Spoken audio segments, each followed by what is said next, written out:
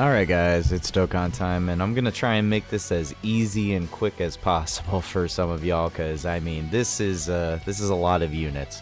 So we're gonna do all 4 of these EZAs right now, because they're all kind of simple, and at the end of the day, I think you all already have most of these units kind of dedicated in their hidden potential, so you're only gonna be able to edit them a little bit, and that's perfectly fine. So let's just start it off as soon as I possibly can. We have the Human Pride Super Saiyan Trunks feature in my future unit. How you should build this unit is kind of up to you once again. You have a couple options here. With the EZA, they reduce damage received by 30% when all out as a future category, so keep in mind you have to run a full Future Saga team in order to get this 30% damage reduction. Keep those 3 plus additional attack and defense 150% when there's an ally who includes Super Saiyan God Super Saiyan on the team. That's very, very important. Plus additional 100% when there's a future enemy, and then also performs a critical hit if you're fighting a Zamasu or a Goku Black. So this is one of those units where, yes, they could be kind of good on their own, but you can also just build them to their strengths. So as you can see, they automatically crit here, and they automatically crit here upon using their active skill. Now, you can use this unit as kind of a floater on a few Future Saga team with a Super Saiyan God Super Saiyan, so like the new Future Boys. I would personally suggest not giving them crit. I would suggest you just go full on additional, take advantage of the fact that they greatly raise attack and defense, and then if you're fighting a Zamasu or Goku Black, they're already critting. They're already critting the entire time. And just treat them as kind of like an off tank while they're floating, because they don't build up or do anything like that.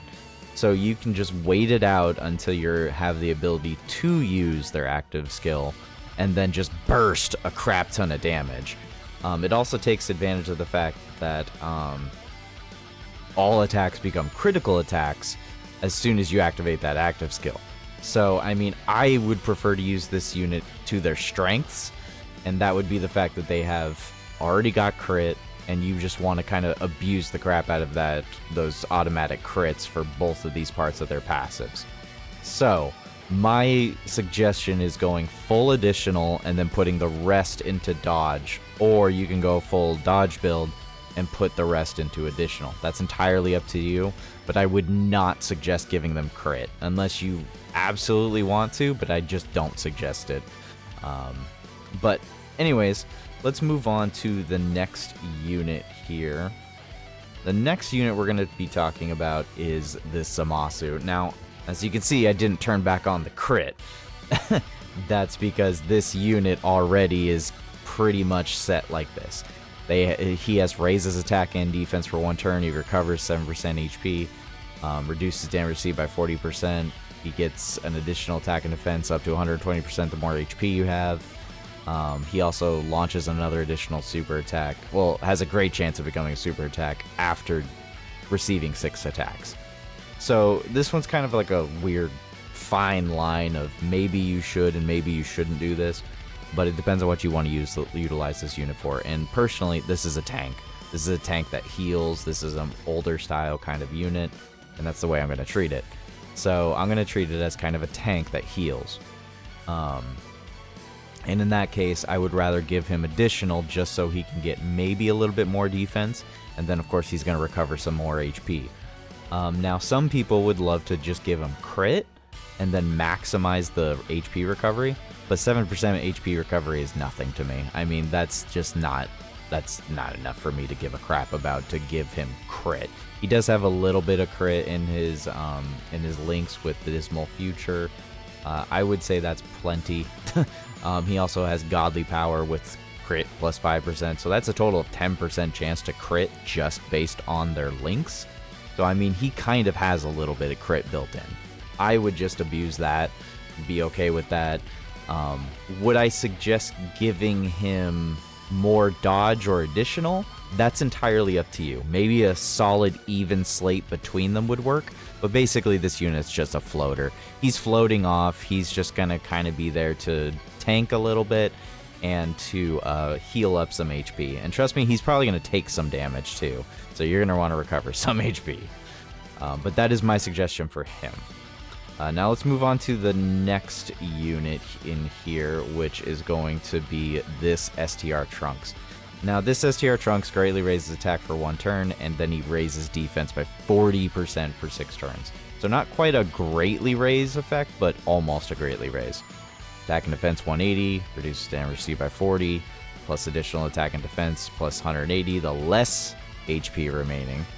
And then launches an additional super attack effective against all types when there's a Realm of Gods enemy, and then plus an additional damage reduction of 10% when they perform the 6th attack in battle. So just because of this right here, I'm already going to just flat out go straight over to a full crit build.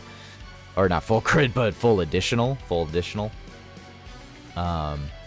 He does get a little bit of crit in his links just with Dismal Future, but I mean, that's probably not enough to warrant crit. I don't think this unit's going to do a crap ton of damage, but I don't think he's going to be shy of damage either. See, he kind of wants to be a tank, but then he kind of also wants to do damage. That's Rage Trunks in his full essence. Now, he does launch an additional super attack when there's a Realm of Gods enemy, but that's only when there's a Realm of Gods enemy. So you gotta kind of think, do I want to use this unit outside of Realm of Gods? Because if that's the case, then you're definitely going to want to give him additional, because you're going to want to abuse this raised defense by 40% for 6 turns. That's a lot. That's a whole lot. That's a whole lot of extra of defense just on getting that potential triple super. Is it likely he'll always get a triple super? No, it's not. But if he gets it, it'll be crazy. To put this into perspective, let me try to pop it up real quick here. Hold on.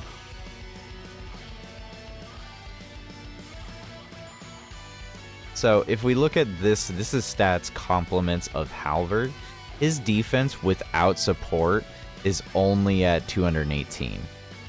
If he super attacks once, he has 300k, and then once he gets an additional, that's 400k almost.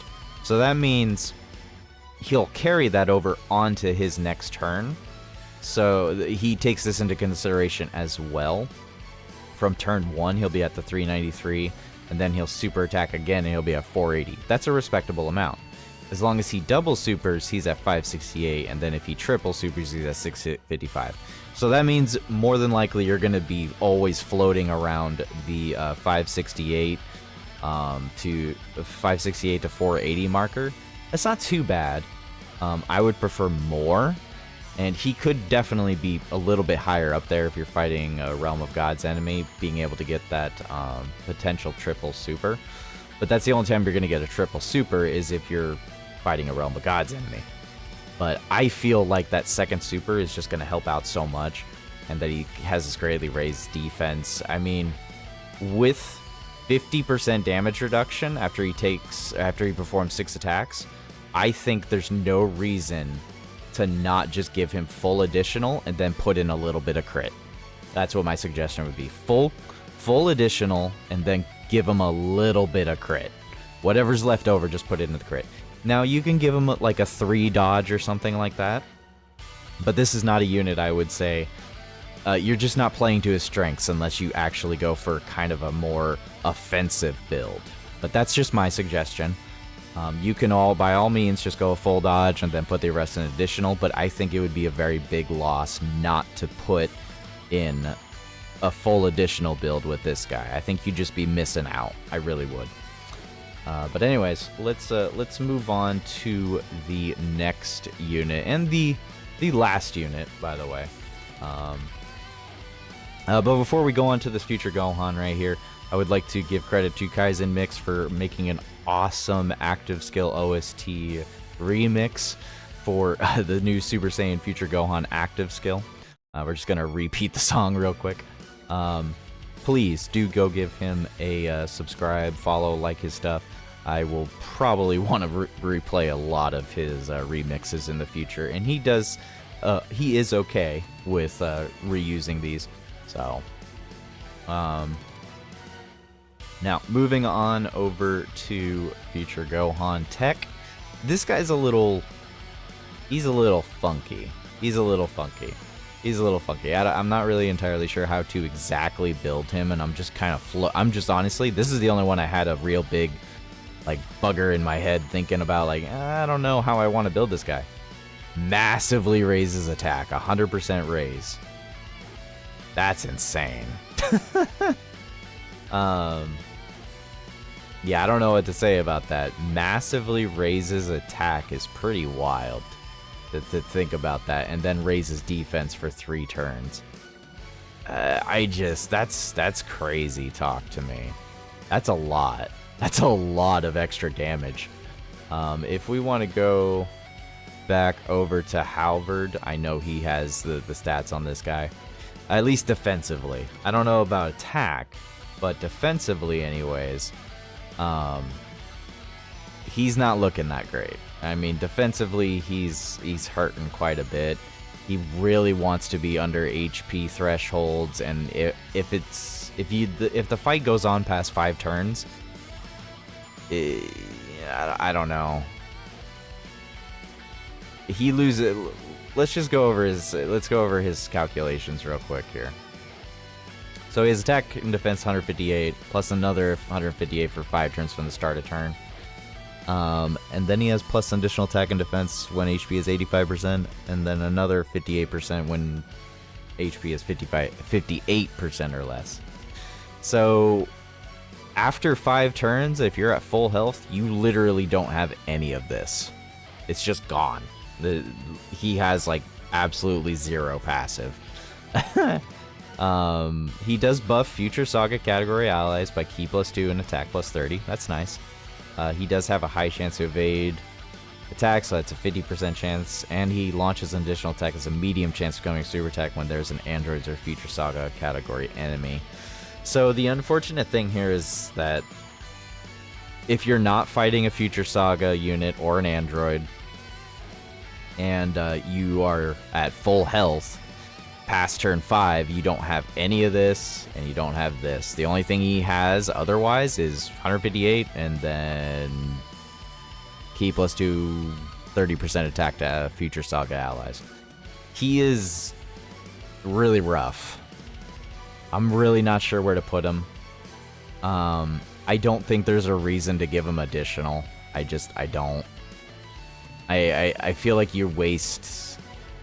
This is one of those units where you use him for exactly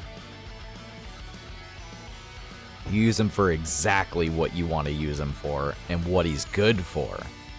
Now, I could be wrong, so I'm going to give you 2 completely different builds for this guy, and you're just going to have to take my word at it, because I don't think a lot of people are going to know what to build this guy on or care.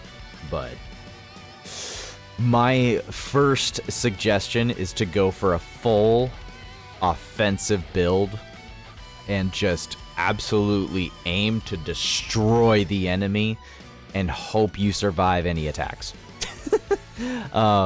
Go for a full crit build and then go into additional afterwards, and just take advantage of the fact that he's massively raising his attack, and then go for the additionals against androids future Saga. My thought process is let this man beat the living crap out of them and hope you win before the end of turn 5, because if he doesn't have that 158% for 5 turns from start of turn, I just don't see him living too long, and he'll just be a liability. At that point, I don't even know why you're bringing him. So in that case, you can, by all means, go for a full dodge build and then go into, go into additionals so he can defensively survive. But at that point, he's literally only going to have, a 5% chance to crit from his Dismal Future Link? I just feel like that's a waste of a unit, Like, I just don't think that that's a a route you really want to go with this unit. Now keep in mind, he already has a 5. He already has a 5 in... He already has a 5% critical hit chance in his hidden potential. So, I mean, that basically means with Dismal Future Link off, he's already got kind of like a 10% plus chance at least to crit. So that's something, but 10% isn't a very lot. It's not a lot. It's not a lot whatsoever. Actually, it's more than 10%, right? Yeah, because I think a level 5... I want to say a level 5 in the hidden potential system is like a 2% chance. When you actually get down to the math of it, it's like a 2% chance for critting to go off. So that would mean it's more of like 2, 4, 6, 8, 10, 12. So it's more of like close to like a 17% chance roughly to crit. But I still don't think that's a high enough chance of critting, and you should really probably go for just what he's good at. And what he's going to be good at is doing a lot of damage all at once, so long as he gets the crit and the additionals off against those Future Saga enemies. But, once again, some people would rather go for a survivability kind of range, and if that's the case, you really need to go for dodge, and you really need as much additional as possible. Personally, I'm just gonna give him like 3 dodge and then go full in on the additionals and fall back on the crit. That's probably what I'm gonna go with personally. This one's kind of one of those really difficult units I don't 100% know how to build. And I think it's more so you just have to choose how you want to rock this unit. And that's, you either go for a defensive build or you go for a full-on offensive build. So, anyways, guys, let me know how you're going to build these units. What do you think of them? Are they good enough EZAs? Or are you even going to bother with half of these? So, but anyways, guys, thank you for watching, and I hope you have a good day and a good night, and good luck with your summons for the new units.